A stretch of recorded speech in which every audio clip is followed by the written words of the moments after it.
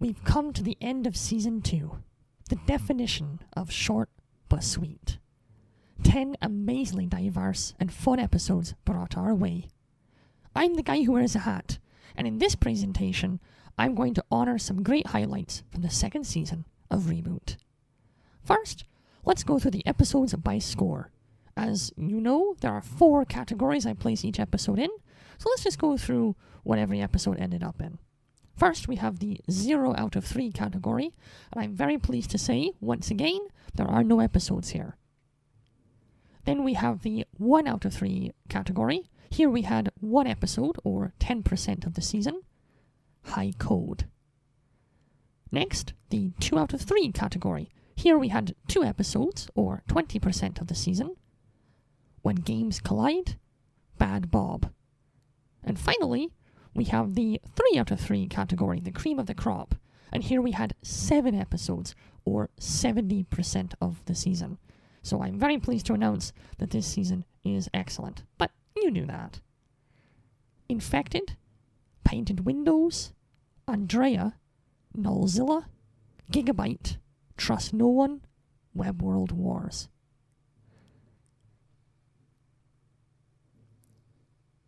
Next, let's honour the authors that contributed stories to this season.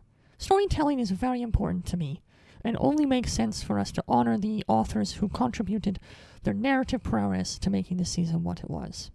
We have 7 authors to look at in this season. First, we have Steve Ball, one of 4 co-authors of episode 19, giving him a 2.5% contribution. Alright, Steve Ball. 4 people wrote this episode. I have no idea what he contributed here, and he doesn't write anything in season 3 for me to compare it to, so, next. Next we have Ian Pearson, one of 4 co-authors on episode 19, giving him a 2.5% contribution. Ian Pearson, of course, should sound very familiar to you, as he is one of the people who created this show. I'm very, very thankful to him for that. It's impossible to know exactly what Mr. Pearson contributed to this episode, since there were 4 people who worked on it, but I just wanted to take a moment to honour one of the creators of this amazing series. Next, we have Phil Mitchell, one of 4 co-authors on episode 19, and co-author on episode 21, giving him a 7.5% contribution. Phil Mitchell co-wrote 2 episodes at least, so I think Gigabyte gives us a bit of a better idea of what his writing style is like. I have a feeling also that he might be the biggest contributor to the actual narrative of the series, but that's just my personal opinion. Once again, so thankful to this gentleman for creating such an incredible series. Next, we have Jono Howard, who wrote 1 episode, plus co-authored another episode, giving him 1.5 episodes, or 15%. Well, remember when I said Jono Howard doesn't write again in season 2? Oops! Well, here he is, writing again in season 2. Excellent. And while episode 16 has its problems, although it's still really fun, he also co-authored episode 18, Painted Windows. This guy is a genius. If Jono Howard's name shows up on an episode, I'm convinced you're in for a good time. Next, we have Mark Laird-Yun, who wrote 2 episodes, giving him 20%. What Mark Laird-Yun clearly knows how to do is intrigue. Trust No One is one of the tensest, most interesting, and dare I say, grimmest episodes that we've had thus far. And that building tension releases in an explosive and unforgettable way in the season finale. We won't see this author return in the 3rd season, but he's definitely left his mark on the Reboot canon. Next we have Martin Boricki, who wrote 2 episodes and co-authored a 3rd episode, giving him 25%. Martin Boricki's a bit of a coin flip for me. He starts the series off explosively with Infected, but then writes High Code, which I consider one of the weakest episodes of the series. One good idea, one bad idea? He also co-authored Bad Bob, which is an amazing visual treat, but also has some weird narrative plot holes. He obviously has some great interesting concepts, but I'd say his narrative prowess overall stands on shaky ground.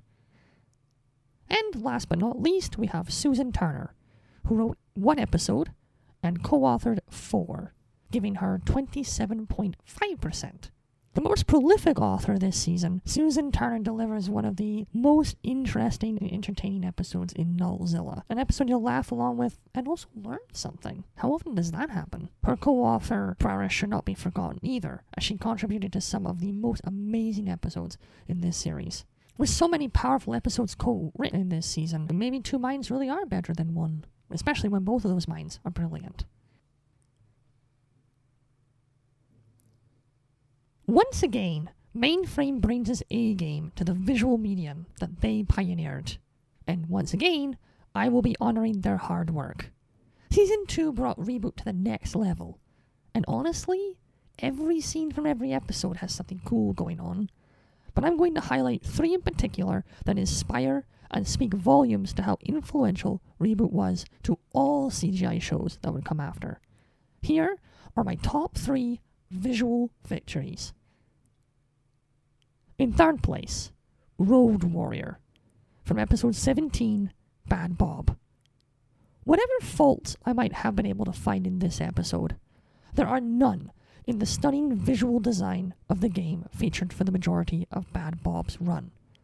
The designs of the vehicles, especially the Mega Truck, are fun and filled with detail. The angles and perspective give you this great sense of pace. And of course, Bob's outfit is an absolute killer. This is one of the best looking games featured on the show. Mad Max would be proud. In second place, Treasure of Atlantis, from episode 19, Andrea. The oceans of the world are easily some of the most gorgeous sights this planet has to offer. So it's no surprise that the ocean-themed game would also look gorgeous. Hands down, this is the most extensive and impressive remake applied to our main characters with the merfolk design, and the hues are terrifying. Honestly, that's exactly the feel they get so right. The ocean is beautiful, but it's also a scary place. Striking that balance in a story is hard, but they pull it off with finesse. And, in first place, Hexadecimal's artwork, from episode 18, Painted Windows. Well, what do you know? Hexadecimal is a pretty darn good painter. The visual team has many examples of times when they were clearly allowed to go nuts and throw in as much as they wanted. But here, not only is it incredibly varied, but it's also scary and adds beautifully to the atmosphere. It's like the audience is getting a chance to view Hexadecimal's mind as it is projected around them. Why does Hex keep making the top of this list? What can I say? When you've got it, you've got it. Let's talk about the voice cast. It takes talent and skill to bring animated characters to life, like all characters. And while every good line by these talented actors is a necessary cog in the wheels of the show, I would like to honor 5 specific points where livery made all the difference. Here are my top 5 voice actor lines from Season 2.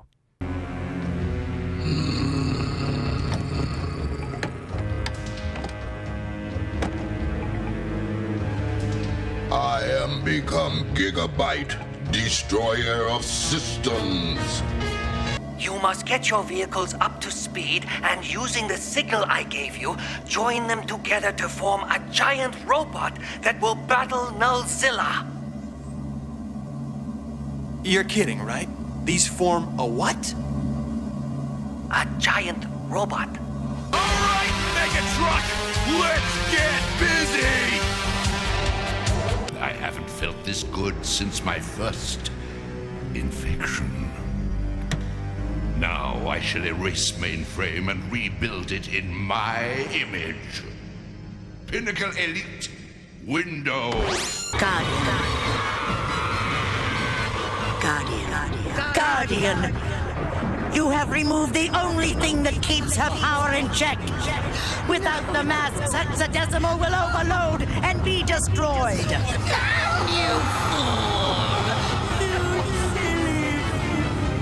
It's just a fact of life. If things are on top, some things have to be on the bottom. Let's take a look at the weakest of Season 2. First, my runner-up, When Games Collide, Episode 16, written by Jono Howard. These fumbling fools. They leached out too much energy. I should have known you'd have something to do with this. I don't like it any more than you do, Guardian. Well, just stay out of my way while I...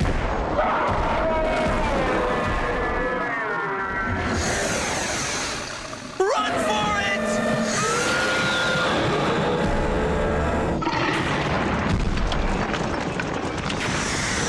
This got a 2 out of 3. I think this episode has lots going for it, so don't make any assumptions here. But of the 2s, this has the most cracks. My biggest complaint throughout the episode, as I mentioned in my full review, is just the lack of people. The archives and the area around it, like, say, the sewers, are strangely empty and unguarded. How did Megabyte's Goonies pull this off with, like, 6 guys, when they were so close to the principal office? And speaking of Megabyte, where were all his legions? The very next episode, we see streams of them as they attack the principal office. And here, Bob and Dot were literally at the heart of his empire. It still is a fun tale, just one that leaves me scratching my head a little too much. And the worst episode of Season 2 is... High Code, Episode 15, written by Martin Boricki.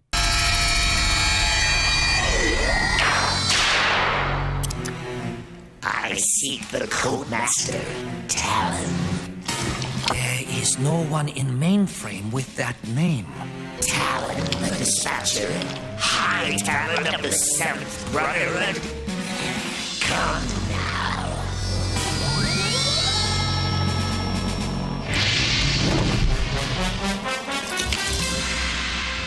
I really don't know what happened with this one. Somewhere in here, there was a cool character and a cool concept. But they got so lost in amongst the strangely disconnected, slowly paced scenes, many of which went nowhere and led to nothing.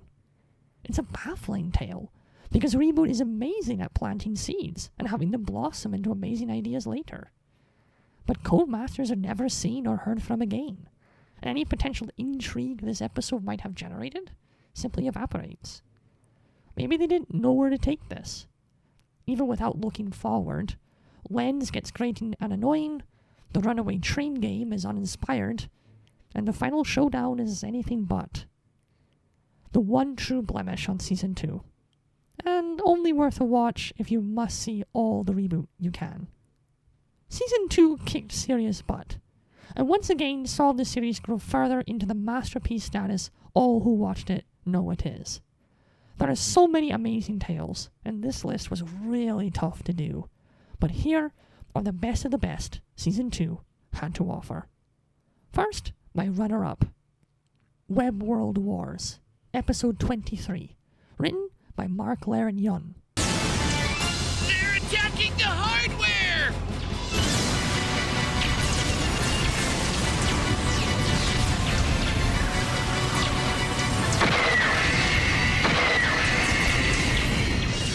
Too many! Megabyte! We can't hold them off much longer!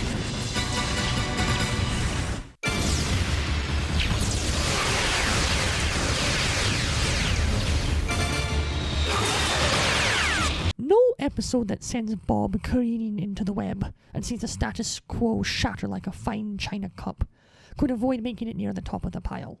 Building on the incredible atmosphere and tension of Trust No One, Web World Wars released that tension like a kettle blowing steam. No, not just a kettle, a steam train.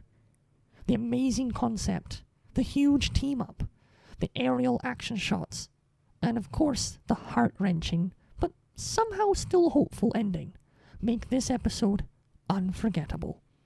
Just make sure you save room in your mind to remember the episode that won top slot. And the best episode of Season 2 is... Painted Windows, Episode 18. Written by Jono Howard and Susan Turner. I'm very fond of self-portraits. I'd say they're my best pieces. I'm ready for my close-up now, Mr. Guardian.